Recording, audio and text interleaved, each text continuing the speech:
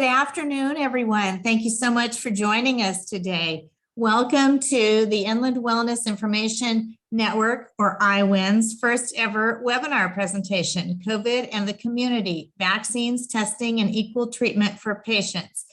I'm Allison Elsner, and I'm the CEO of the San Bernardino County Medical Society and IWIN. IWIN is an affiliated nonprofit of SBCMS, the Medical Society, and IWIN has been in existence for many decades for the purpose of educating the community about public health information and activism. Our programs include the Medical Reserve Corps and San Bernardino County and Healthy Lifestyles program. In light of COVID, though, we are also integrating outreach to address ways to achieve healthcare equity. So a big part of what we do is work with members of the community directly, as well as providers.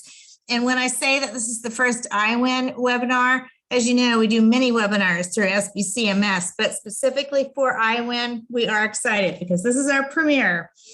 You can always find out more about IWIN on our website at sbcms.org/IWIN. And be sure to check out our IWIN Facebook page. And if you go take a look, you will see announcements about our recent prize winners for our Healthy Lifestyles contest and other really great projects that involve the community. We want to extend an enormous thanks today to the Inland Empire Health Plan, IEHP, for sponsoring today's webinar. IWIN is chaired by Dr. Nabil Razouk of Arrowhead Orthopedics, and Marcy Coffey, head of community relations for IEHP, sits on the IWIN board. So she made this collaboration possible, and we want to give a huge shout out to Marcy.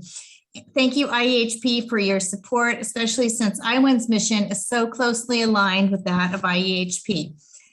So here's the game plan. I'm going to introduce our three speakers, actually our four speakers right now, and then following their presentations, we will take your questions and answers. So as you're listening to the presentations, please feel free to enter your questions into the chat feature on your Zoom dashboard or click the raise your hand feature. And of course, if you're not speaking, if you would be so kind as to put yourself on mute, that would be great. First, we'd like to welcome Priya Batra, MD, MS, and Fellow for ACOG. She's the Medical Director for Family and Community at Inland Empire Health Plan. Welcome, Dr. Batra. Next, we'd like to introduce Michael Secura, MD, Fellow of the American College of Emergency Physicians, who's the Public Health Officer for San Bernardino County Department of Public Health. And Dr. Secura is also a dear partner of SBCMS, as well as past president in 2016. And I do want to note the overwhelming support of the San Bernardino County Department of Public Health in SBCMS's outreach on public health education, COVID support, and the like through generous grant funding and just a constant willingness to be involved in forums like this one today. And you always step up to be a part of our programming, and we really, really appreciate it. It means a lot for us as well as the community. Also from the San Bernardino County Department of Public Health, we welcome Chelsea Koski, MPH, Program Coordinator for the COVID-19 vaccine team. Welcome, Chelsea. And we also want to extend a welcome to Deborah Philpott, OTD, MS, and Interim Program Manager for the COVID-19 program with San Bernardino County Department of Public Health. Welcome, Deborah.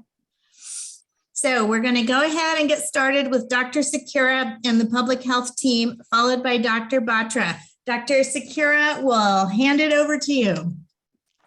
Thank you, Allison, and thank you everyone for showing up. I'm really pleased to be able to co-present with Dr. Batra and Chelsea and Deborah Philpott's here too. She's very much our interim program director for our COVID program. So you'll see, and we'll try and get her to talk as well. So what we're here to do today is really fill in some gaps. There's clearly gaps in what we are hoping and expecting, and what we need for all of you in the community to be able to grasp. And when we talk about equity and the vaccines, equity is a hugely important concept, and we realize, and we'll go to the next slide, that the vulnerable populations within our county are clearly those with what we call the Healthy Places Index 1, which kind of takes a complex, it's a complex indicator that takes into account people's ability, their economic abilities, their transportation abilities, their access to medical care, the actual situations that they're living and working in.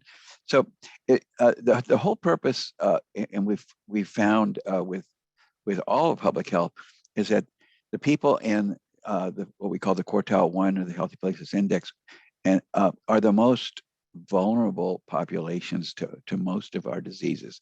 And we found in a very sobering way that the people in our ethnic communities, in our HPI quartile 1 communities, were much more vulnerable, not only to chronic diseases, but also infectious diseases like COVID. And not only in getting COVID, but also in actually suffering from it in a prolonged and severe way and dying from it. So the whole purpose was to be able, in terms of the equitable approach, is to be able to reach out and try to overcome the disadvantages of this of the population, and be able to deliver vaccine and testing to our most vulnerable populations. So so we'll go to the next slide. In doing that, we want to be transparent, and no one's trying to put anything over on anybody. Our passionate want and need is to get our county healthy from this pandemic, and to do that, we're going to talk about vaccinating. We have to get as many people vaccinated as possible, and we'll talk about why vaccination and not just let everyone get infected, because people are going to be dying and be hospitalized.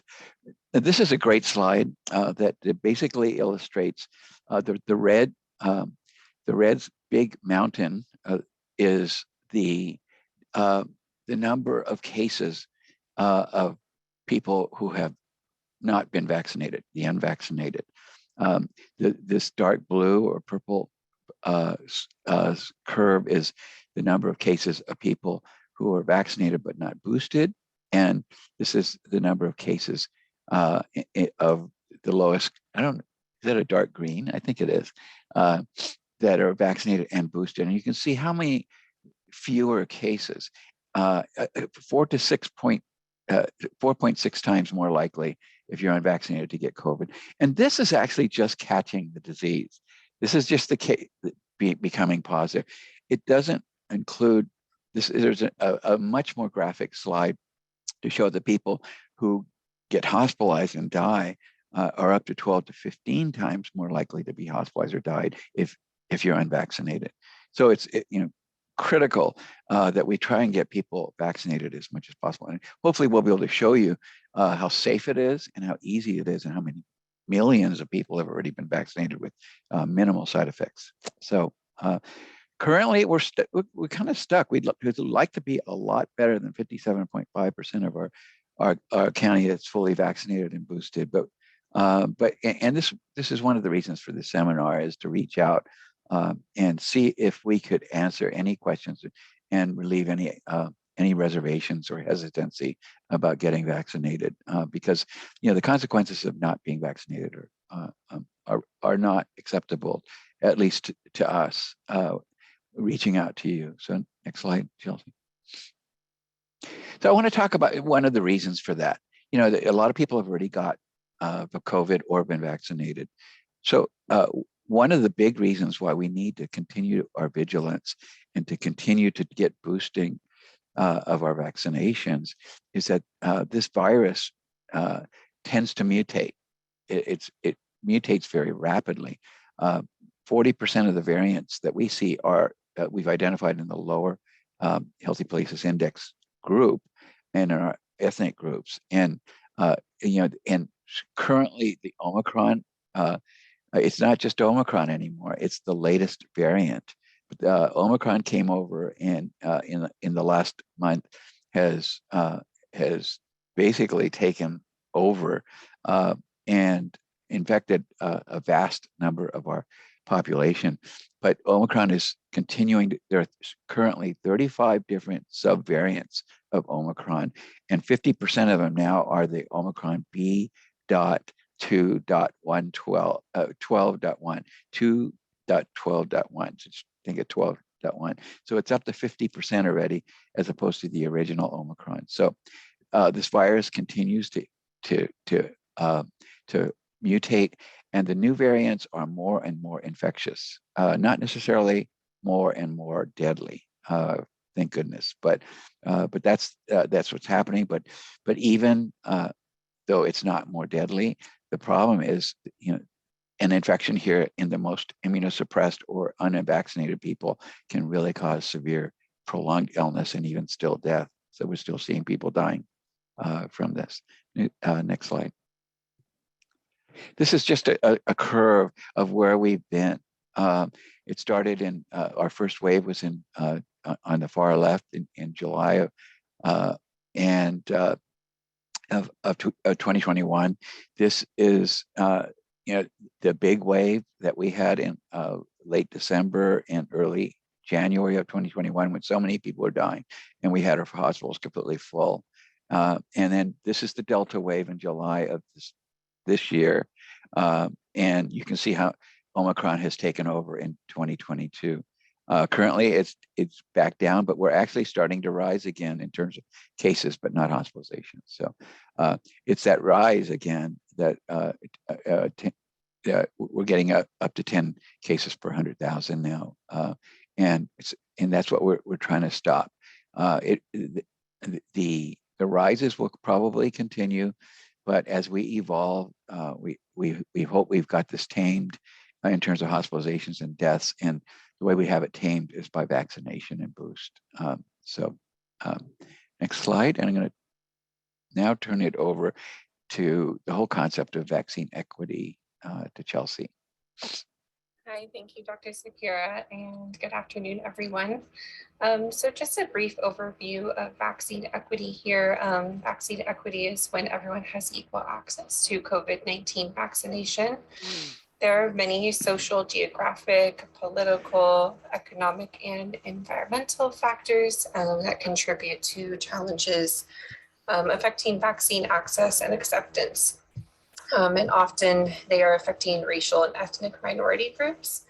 We have some examples here, such as education, income, and wealth gaps, gaps in healthcare access, transportation, lack of trust as a result of past medical racism and experimentation, and also job access, insurance status, and working conditions.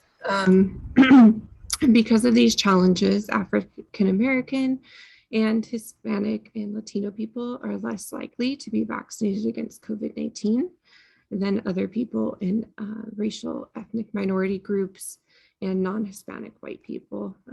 They are more likely to get seriously ill from dying from COVID-19 due to these factors listed here. And here we have provided some data that is from our countywide COVID-19 dashboard. In the first graph here, you can see that only about 43.6% of the Hispanic Latino population in San Bernardino County is fully vaccinated. Just to put that in perspective, the San Bernardino County population is 54% Hispanic. And these disparities are similar among other racial and ethnic groups, as you can see here as well. The Healthy Places Index, or HPI, is a tool that is used to explore community conditions and is a comprehensive measure of socioeconomic opportunity. Quartile 1 is the lowest and quartile 4 is the highest. So the HPI data we use here has been modified to facilitate vaccine distribution efforts as well. So in other words, is there COVID-19 vaccine available in these areas as well, which I think there pretty much is. We have made a great effort to make sure that vaccine is available across all of our quartiles. And just a further pause on this slide. What I had previously mentioned was that COVID tends to hit a lot more disproportionately in the Latinx, the African American, the Native Hawaiian Pacific Islander. And look at the vaccination rates. Even though it hits harder and more frequently, only 48%, 49% are not vaccinated of our Latinx. And look at the African American population. 63.5% are not vaccinated, and our non-Hispanic American Indian or Alaskan Native, 76% not vaccinated.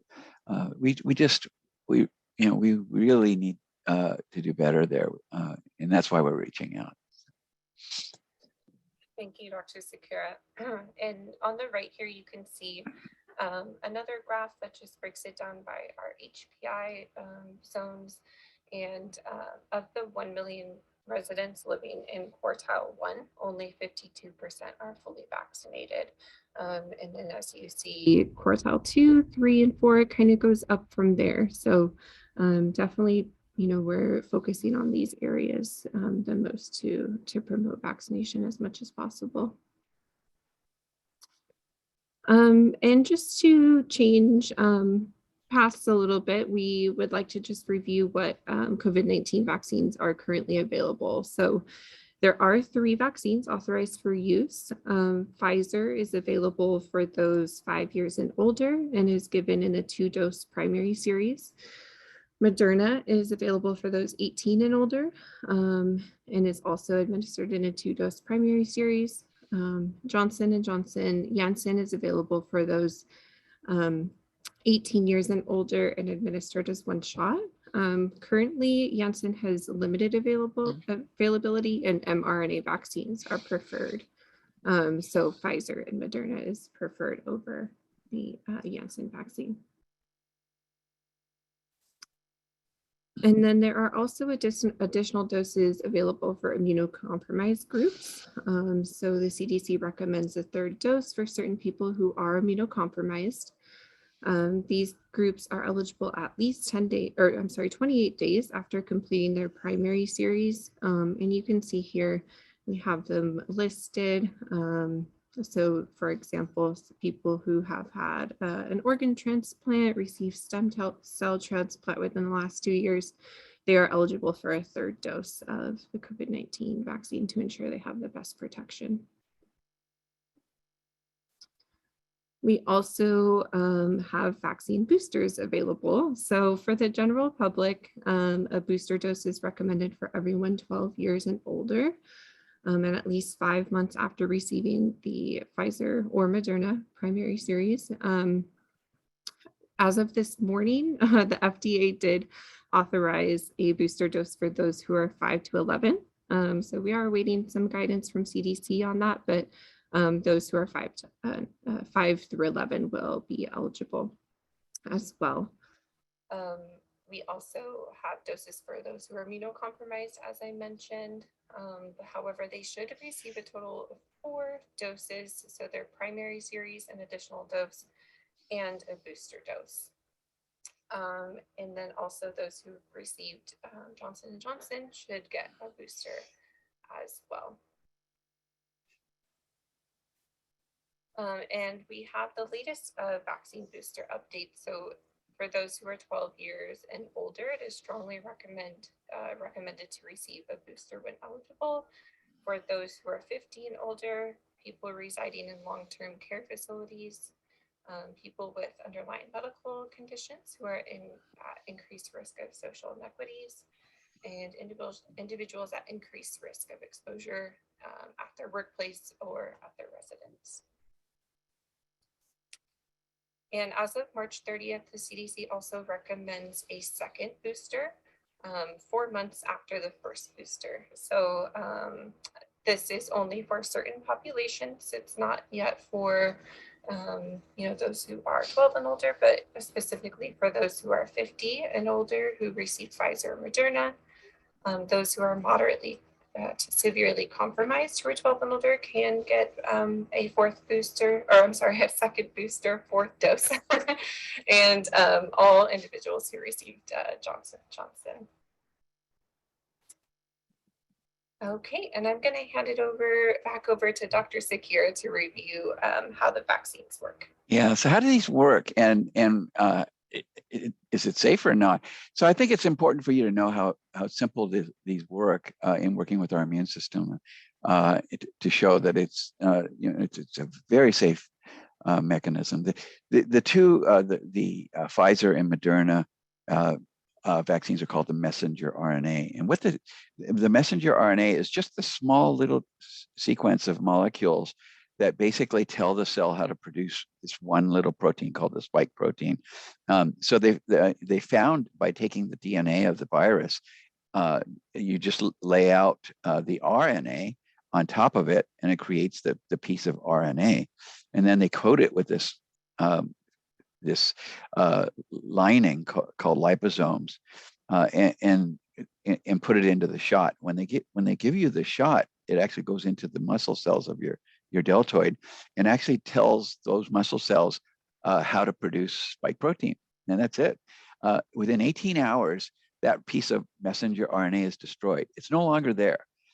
It's impossible from a molecule and genetic and biologic standpoint of getting actually introduced into your DNA. It never gets to the nucleus, and it never gets introduced, and it can't, because it's RNA, and it gets destroyed within 18 hours. So it's really a very simple and brilliant concept, and allows us to create more vaccines so much more easily. The vector vaccines, the Johnson & Johnson's a vector. It takes basically a neutered virus that can't grow otherwise, and actually it loads on the same type of message into this virus, which then will go into the muscle cells and produce. It's that mechanism, this neutered virus with the message that produces the spike protein. It's that spike protein which is foreign. Remember, anything that's foreign in terms of a protein generates antibodies and immunity, and that's what happens. So it's a very simple process, and extremely safe. We'll go to the next slide. So in terms of safety, I mean, over 572 million doses have been given. I think very few vaccines have this much exposure and record in terms of evaluating side effects. No vaccines have been studied more in terms of their safety.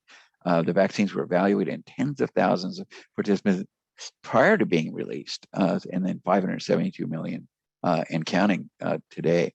And they've met very rigorous standards. There are 4 different scientific panels that actually review the data before they're approved. And like Chelsea mentioned, for the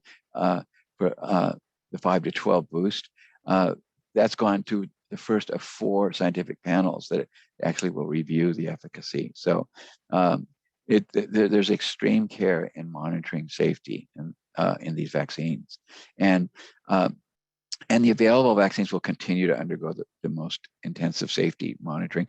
We have this system called VAERS, or vaccine reactions, basically, and it records every single reaction. So if you took the vaccine and you broke a leg, it will actually, the next day, it might have broken leg next to the vaccine reaction. So every single adverse thing that can happen to a person who's had a vaccine will go under VAERS. So we've never done this with the polio vaccine, with the flu vaccine, with smallpox. So it's really, really scrutinized. Next slide. So what's come out of that is it's extremely safe, and vaccine is the best protection. So what happens if we don't vaccinate? We get significant severe illness, hospitalization, and death.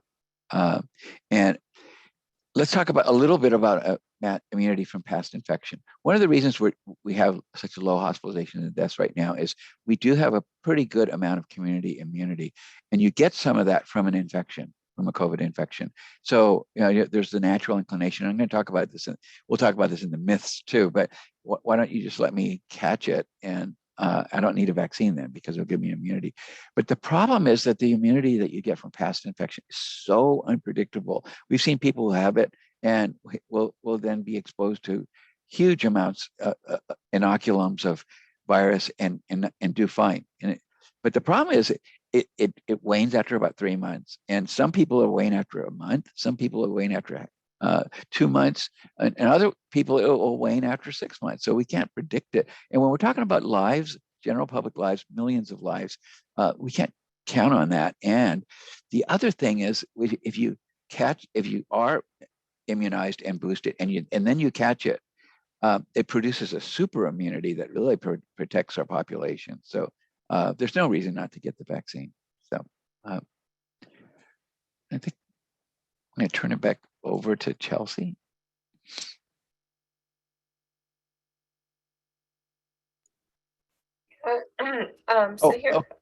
Oh, go ahead, Dr. Sakara. Oh yeah, this was your slide. Yeah, it's my slide. So these are the top 5 myths, and I've already dealt with them, but I want just to make sure. COVID-19 vaccine can make me sick with COVID-19. It cannot. Okay, it's only giving you the spike protein. So the actual COVID-19 disease is produced by the virus, which has its own RNA that produces and infects cells and spreads to other cells and causes an inflammatory reaction. So it's impossible for the vaccine to give you COVID-19. It can give you a reaction, like you have a reaction to a tetanus shot or to other shots. And that's just your immune system, your inflammation system that's kicking in antibodies and learning how to fight COVID-19. It's reacting to the spike protein, not to a virus. And the vaccines don't get into your DNA, so it can't alter your DNA, nor can it alter the DNA of your child if you're pregnant, because it's not DNA, so it can't get into DNA. So I really want to make sure that, I mean, again, that's just from a molecule standpoint, it's impossible. And we talked about the natural immunity. It gives you some protection for predictably around 2 to 3 months, and then it's very, very unpredictable. Not as good as the vaccine, and certainly not as good as vaccine. And then you catch it. And then remember, the vaccine, the virus causes variants, but the vaccine does not cause variants at all. And all events, remember, are in VAERS, the Vaccine Adverse Event Reporting System. Basically, like I mentioned, it was a really clumsy example about breaking your leg, but it's true. Any adverse event is reported in to the VAERS. So not all those adverse events are caused by the vaccination. So we'll be glad to talk about other myths after Chelsea and Dr. Batra. Chelsea. Okay, thank you, Dr. Sakara. So we just wanted to highlight a couple of items that are coming next for COVID-19 vaccines. So the FDA and CDC are scheduled to convene and vote on multiple COVID-19 vaccines in June. So first will be Novavax. It's a new protein-based vaccine. And Dr. Sakara might be able to give some insight into what that means exactly. Moderna and Pfizer, they'll be voting on vaccines for younger populations for those 6 months and older. And then this boosters one, we just found out this morning that the FDA did authorize the boosters for 5 to 11-year-olds. So we'll be just awaiting that CDC and CDPH guidance until it becomes widely available. Yeah, the Novavax is going to be a very good vaccine. It basically takes the protein, the spike protein again, but actually combines it with an immune, something that jazzes up your immune system. So you give it together and it really produces a great antibody response, over 90% effectiveness. And the side effects are even less. And you know how you get the achiness and the low-grade fever and for about 2-3 days. Well, it's much less with the Novavax. So it gives us one more cheap and widely available vaccine to hopefully get to everyone who's not been vaccinated. So should be a good addition to our vaccine supply. Thank you for that insight, Dr. Sakara. And then lastly, we just wanted to highlight how you can get the COVID-19 vaccine. So we have multiple resources within San Bernardino County. We do have our COVID-19 hotline that is listed here. There is a state hotline, federal hotline that you can call. We also have some resources for those who are homebound, and we have that number listed here as well. And, you know, we do have an abundance of resources listed on our website, which is sbcovid19.com. And I will list that website in the chat for your, you know, reference. And then we also included our therapeutics locator here. COVID-19 therapeutics are, you know, very effective in, you know, controlling the severeness of your illness. And they are available very widely at this time. So this locator is a great tool. If you do test positive for COVID-19, you are able to go get those therapeutics as well. Yeah, just another plug. We have lots of vaccine and we have lots of medicine like Paxlovid for treating COVID as well. So. And then we're just going to close it out with this quote here. So I alone cannot change the world, but I can cast a stone across the waters to create many ripples, which seems very fitting with COVID-19 vaccines. You know, just one person that does get vaccinated makes a big difference. So I'll hand it back over to Dr. Sakura to close this out. Again, just anything we can do to get more people vaccinated, one person at a time.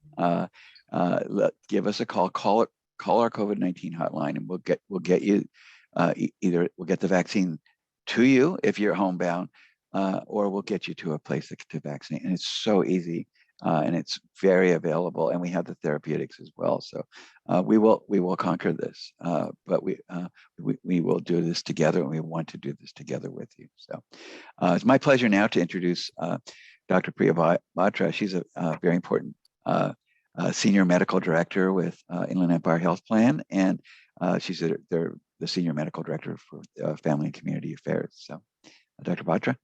Thank you so much, everyone, for letting IEHP participate me on their behalf today. So I'm just going to quickly, in our last few minutes here, give a little bit more on equity and COVID-19 vaccination from IEHP's perspective. Next slide. So I have no disclosures, and I also am a big supporter of the vaccine and testing and treatment. That is my disclosure. Next slide. All right, so many of you know about IEHP, Inland Empire Health Plan, but just to refresh, or for folks who are new, we're Medi-Cal managed care plan. So we serve now over 1.5 million members across Riverside and San Bernardino counties. About half of our membership resides in each county.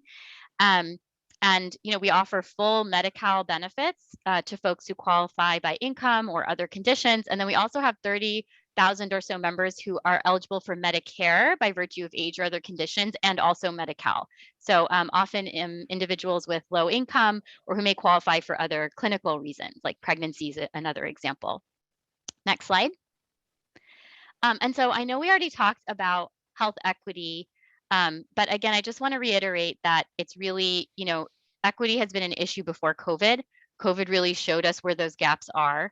And so I think this is a really important opportunity to think about how not only we get COVID vaccination and treatment out in an equitable way, but how our health system looks going forward, right? We don't want to go back to normal. We want to progress to something better and more equitable. And so just to highlight, again, health equity is this idea that everyone should have a fair opportunity to achieve their full health potential. And so we'll go to the next slide, which I stole from the Saskatchewan Health Authority. You may have seen it before, but it's really the difference between equality and equity. So equality is, you know, everyone starts at the same level, which is very important. But as you can see from our image here, it's not enough. And so equity is what we want to get to, where whoever needs more resources and assistance gets more. So we all end up at the same place. And one more slide. You'll see this is where we are today. I think Dr. Sakura talked about, like, we have a lot of vaccines, we have a lot of treatment, we have a lot of testing options, and yet we still have that gap, right? So just increasing access is not going to solve the issue. We have to be more intentional about how we get resources out to folks who need them. So that's what I'll talk about a little bit today. Next slide. So how is IEHP doing? We are challenged here by a lot of those social drivers of health in our Medi-Cal populations across California, and the Inland Empire is no exception. So as Dr. Sakira mentioned, as in the county as a whole, getting close to about 60% of folks fully vaccinated. As you can see, this is lower in our membership, right? And IEHP, we cover about 90% of Medi-Cal insured individuals in San Bernardino and Riverside County. So less than half of our members have received 1 dose. So this is lower than the county as a whole. And you can see, I pulled some data from last week about our regional differences. And so you can see the high desert which is sort of that like Victorville up the hill area, has a lower vaccination rate even than West San Bernardino or San Bernardino proper. So again, like that links back to what Dr. Sakira was talking about with the Healthy Places Index and what Chelsea mentioned, right? Where there are other barriers and obstacles to health, employment, housing, right? All these barriers can really contribute to low vaccination rates also.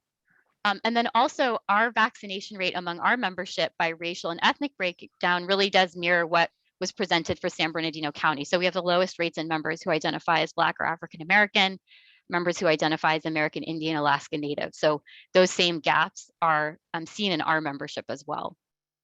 Next slide.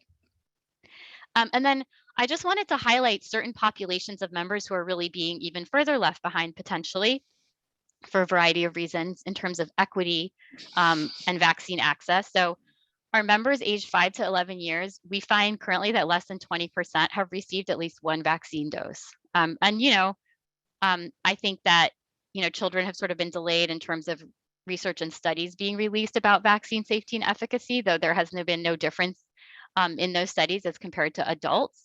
And so strong evidence, again, for kids supports that the vaccine is safe and effective at preventing severe disease, hospitalization, and death from COVID and other long-term complications that we don't yet understand about pediatric infection. And another population that we really want to focus on at IEHP is our pregnant members. So Medi-Cal covers and IEHP covers half of births in California. It's a lot. It's about 250,000 every year is covered by Medi-Cal, and we cover about 15 to 20,000 births a year across both counties. And we find that in our pregnant members, their rates of being fully vaccinated have consistently lagged by about 10% compared to non-pregnant members. And again, we have strong evidence in this population that the vaccine is safe and effective to prevent severe disease, hospitalization, and death among pregnant people. But additionally, we now see that there are benefits for the unborn baby through passive immunity. So if a person is vaccinated while they are pregnant, depending on the trimester, there are actually robust immune responses that can protect the baby after birth until they're eligible for the vaccine. So these are 2 populations I wanted to focus on today. If they're parts of your community, your organization, your practice, these are 2 groups we really want to get vaccinated, because we also know that pregnant people tend to do worse when they do have COVID in terms of complications. Next slide. So I just for a lot of us on the call today, I believe are part of organizations that are trying to promote vaccination and think about how we support equity in delivery of services. And so the Institute for Healthcare Improvement has a framework for healthcare organizations to achieve equity. You can see it involves things like putting it in your strategy, developing processes and structures to support equity, thinking about institutional racism in your own organization and how you deliver services. But there are 2 strategies I want to highlight that IEHP focused on in terms of thinking about how to get vaccines out equitably. So one is to address multiple determinants of health, right? The social factors that were mentioned in the prior talk. And then also work with our community partners with trusted messengers to get out the word about vaccines, about treatment and access. Next slide. So to deliver some of the activities we've undertaken and continue to work on to get vaccines out equitably in the face of all these barriers is first to really look at our data and be clear about what disparities our members are experiencing. So for example, I shared some of that today. We look by region, we look by age, we look by race, ethnicity, and language. And so those dashboards are shared across organization. I'm sharing them with you today. So there's really no mistake about where we need to be focusing, right? You can only address these disparities if you know they exist. Second is leveraging existing trust and building new trusting relationships. So, we do have some good community relations, and our community health department and community relations department at IEHP have done, vaccination events in the community where they're better received than maybe here at our headquarters or in a doctor's office. And so that's been really critical. And we've also done media campaigns. You can see a screenshot below. We partnered with Jaime Camille, who's from an actor, right? Who is also a big advocate of vaccine access in the Latinx community. And so, we did some Spanish language campaigns to really get our members to get vaccinated and to make connections that are relevant to them and their families about the importance of this issue. And then also addressing those life barriers, those social drivers of health.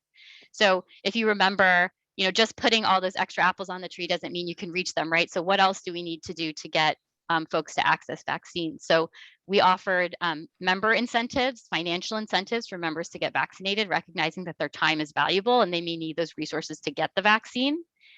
We provided incentives to our providers to get them to offer vaccines in primary care offices where it's most convenient and where their trusted relationships with members happen, right, with their patients. And so with those incentives, for example, we were able to get 60% of our PCPs offering the vaccine in their office as opposed to 40% before we started with that. So I think that was huge, right? Because if you can just get your vaccine at your PCP's office, that removes a lot of barriers. We offer transportation for vaccines, and then we also partnered with San Bernardino County and others on homebound members to get them vaccines as well. And then finally, we also thought about tools to help providers better communicate information about the vaccine to patients. And so we talked a little bit already about myths about the COVID vaccine. So, how do you get past those myths? How do you use shared decision making, really support members making their own good choices as opposed to telling or, sort of ordering members to accept a certain type of treatment. So that's these are some of the things that we're doing in terms of thinking about equity. And if you want to learn more or want to replicate these in your organization, I'm happy to talk about that. Next slide. Okay, so what can you do after listening to us today? So first, be a COVID-19 vaccine champion. Even 2+ years into this pandemic, it is still incredibly important to get vaccinated yourself, to get boosted if you're eligible, and to encourage those to do the same, especially in some of those groups we talked about today who are experiencing low rates of vaccination.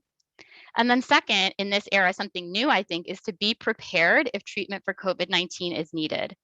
And so we have immediate treatment available, oral antivirals. We have immune treatments for folks who may not be as well protected by the vaccine. So some immune therapies. These are available in the community. And so if you need it, right, get treated right away, and then encourage folks in your community to be treated right away as well. So find out what resources are near you and share them with people in your networks. Next slide. So that's all I have for today. Looks like we're right at 1 o'clock. So I wanted to thank you all for letting me participate. I really appreciate it. And then maybe we can open it up for questions or discussion. Dr. Sakira, Allison, Chelsea, thank you. Wow, thank you so much, Dr. Batra, Dr. Sakira, Chelsea, and Deborah. That was really, really a great overview of the situation and really bringing that equity discussion in. I think it's really important that we just start talking about it more and raising awareness. That's a big part of it to begin with, I think. So yeah, we do want to open it up for questions. And so Rhea on our staff here at SBCMS and IWIN is going to go ahead and field any questions in our chat. And so far, I've only seen one from Ms. Marcy, but Sodaria, why don't you read her concern about the home tests? Okay, it says this doesn't count home tests either, right? Lots of people are doing those these days. And this was in relation to some of the early stats you were posting at the beginning of your presentation. Yeah. Right, exactly, and that's what concerns us. We can't really monitor the actual prevalence or impact of the virus in terms of number of cases because 40% of Omicron cases are asymptomatic, don't have symptoms that you catch it, but you're catchable. In other words, you can give it to your sick grandma, but you don't have any symptoms. So it's hard to measure that. And the other thing is that people are testing at home. We're giving out free vaccine, free tests. So people are, it's great because they're testing it, they're positive, then they're not going out and spreading it. But they're not reporting it. So our numbers aren't as reflective. But what we're doing is, where does it really count? It counts in the hospitals, right? We can get millions of people sick, but if they're all sick with colds, they're not coming to hospitals. It's not a stress and strain to our system. But if our hospitals start filling up, our ICUs start filling up, people are dying, that's where the rubber really hits the road. And that's what we're monitoring right now. And we're looking at hospitalizations, and they're so far staying very low.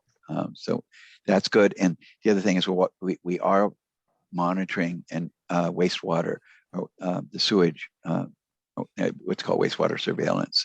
It's a good indicator and a predictor of overall community prevalence. So we're doing those things.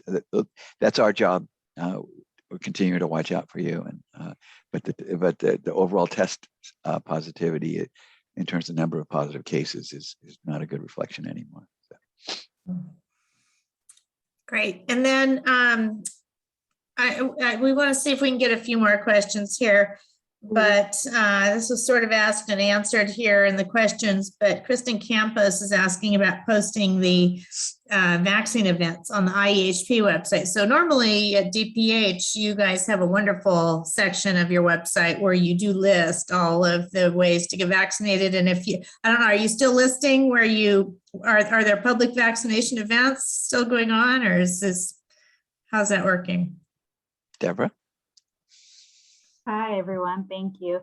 Yes, so we'll put the website in there, spcovid19.com. And on the very front page, it says get vaccinated. You click on that and you can see special events. You can see how to make appointments, how to walk in, what the current hours are, if they're changing. We also have partner sites. So that's what Chelsea and Dr. Sakura help oversee, all of our wonderful provider and partner sites. We list some of their information as well.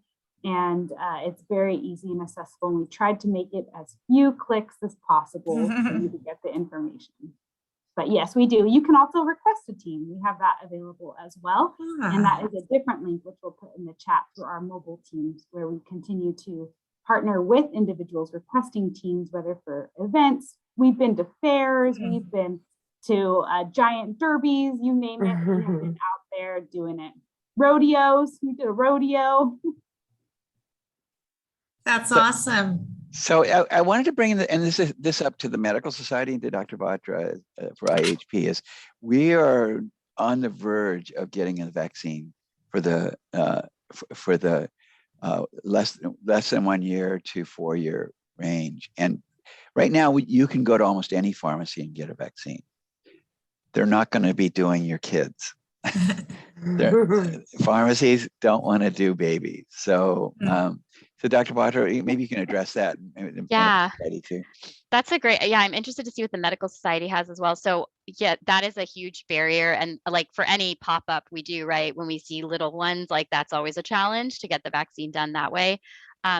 However, the kind of bright spot is that pediatricians are pros at vaccination, like more than any other like adult PCPs are, often don't offer vaccines other than maybe flu, and definitely not a broad range. So I think pediatricians luckily have a great infrastructure already for providing vaccines, especially some of the ones that don't require as much of like that cold chain, right, storage that some of the, mRNA vaccines do. So I think there is promise there. And they also are familiar with participating with like vaccines for children and care, and like actually charting, right, in our state registries vaccines. So I think hopefully that'll be less of an obstacle, and that they're more familiar with these workflows. But yes, as soon as we hear news, we're going to start to activate that part of our network to get them engaged. And then I'm curious to hear with the Medical Society if there have been questions or anything you've heard about that. Well, actually, we have not been getting a lot of questions. As far as feedback from physicians and things like that, I think they're just kind of waiting for more of a rollout. But I don't think, Janice or Soteria, have you guys received any calls on that directly? No, we haven't been. So I think people are pretty in touch with what's coming out of DPH and IEHP. So everybody knows, I mean, as far as we're concerned, you guys are our guideposts. So we're waiting on your next steps and guidance here. But No, we haven't gotten a lot. And that doesn't mean there's not an interest. I think it just means they know that we're in a holding pattern on some of that. Yeah, the estimate from CDC is probably late June. We'll have the vaccine potentially available for our under fives. So everyone get ready and contact your doctors, your pediatricians, and we'll get it done. Yeah, the other, I think, factor that may shape like pediatricians' sort of willingness to jump on board. I think they have a lot of the workflows already for vaccines, but so I know that for school requirements, that's been sort of tabled till summer 2023, I want to say, for now. And so that also, you know, I think a lot of pediatric clinical volume and activity is driven by school cycles and and requirements and things like that. So I think that will also probably shape a lot of that discussion next year. Great. Yeah, I agree with that. Just one comment in reference to what Deborah said. I cover the Sheriff's Rodeo here in San Bernardino. It's a $40,000 prize winning rodeo, so it is professional. Cowboys and the audience were all anti-maskers. The San Bernardino Valley College football team offered immunizations, and 40% of the team refused to have them because they thought they would, get sick or whatever. And they brought me onto the field. So they're sitting down, on their haunches, and I'm talking to them about, the infection and various other diseases that we have immunizations in our body for. And all but 2 athletes got vaccinated that day. So, don't give up on a lot of these populations, but forget the Cowboys. It's their culture. When they get hurt, they don't even want a doctor running up to them. They walk away, and we report it as against medical advice.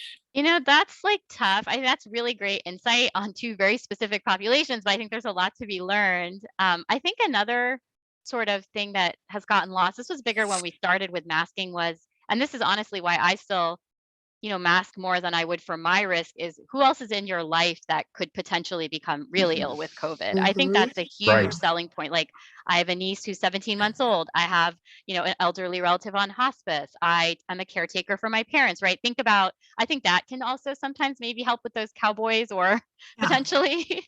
And I think we've lost that messaging since the beginning of the pandemic. By the way, that is very powerful. Will grandma die? But the Cowboys are anti-maskers and anti-vax, but not the Cowgirls. They're almost all vaccinated.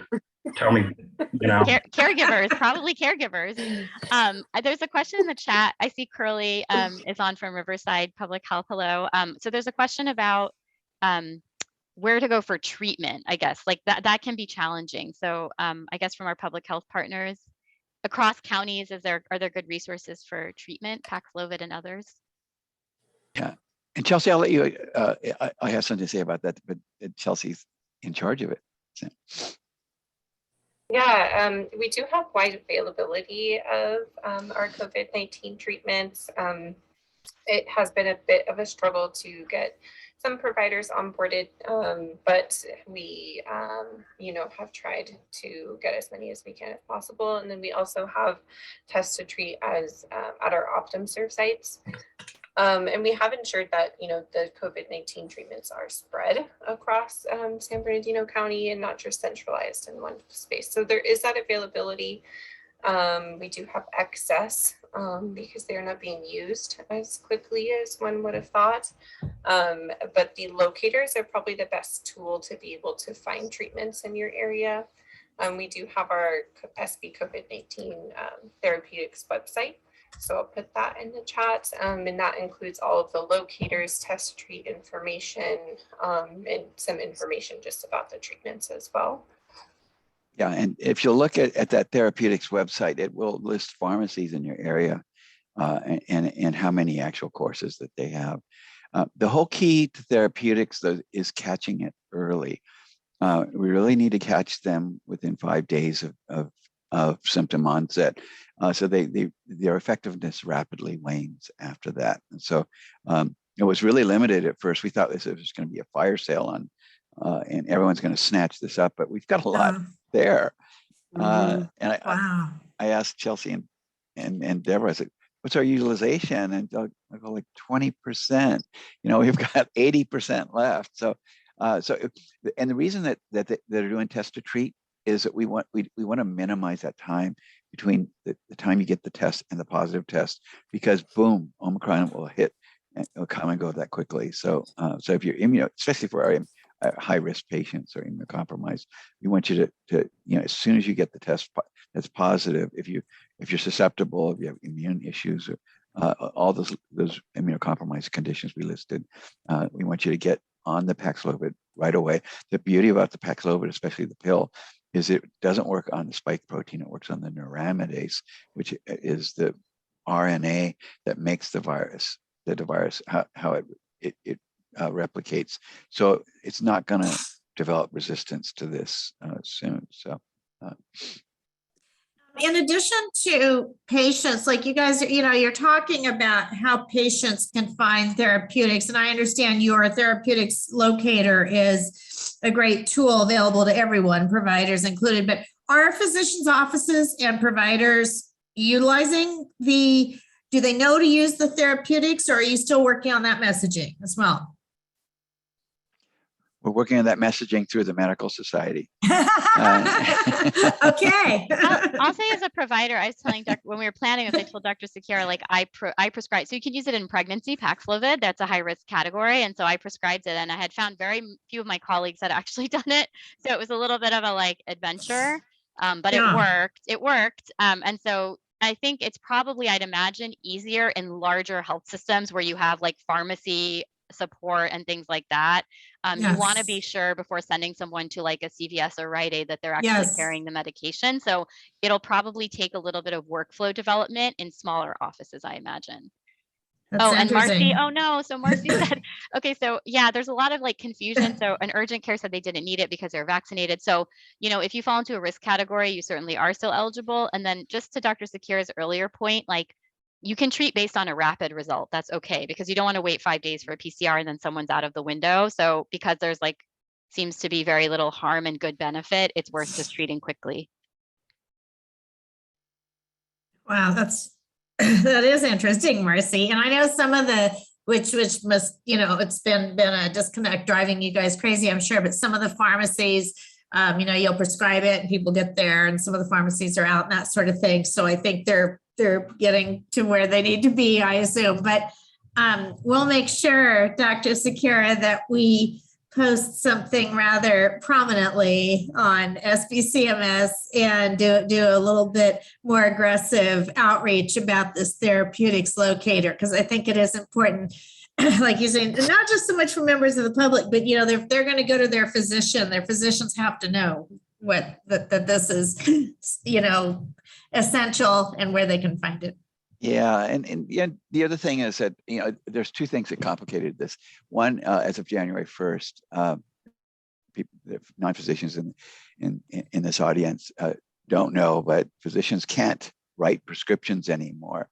They can't call prescriptions in. It's all got to be electronic now. So a lot of physicians haven't yet adapted to that. So it makes it that much more difficult to get this through, and that's why.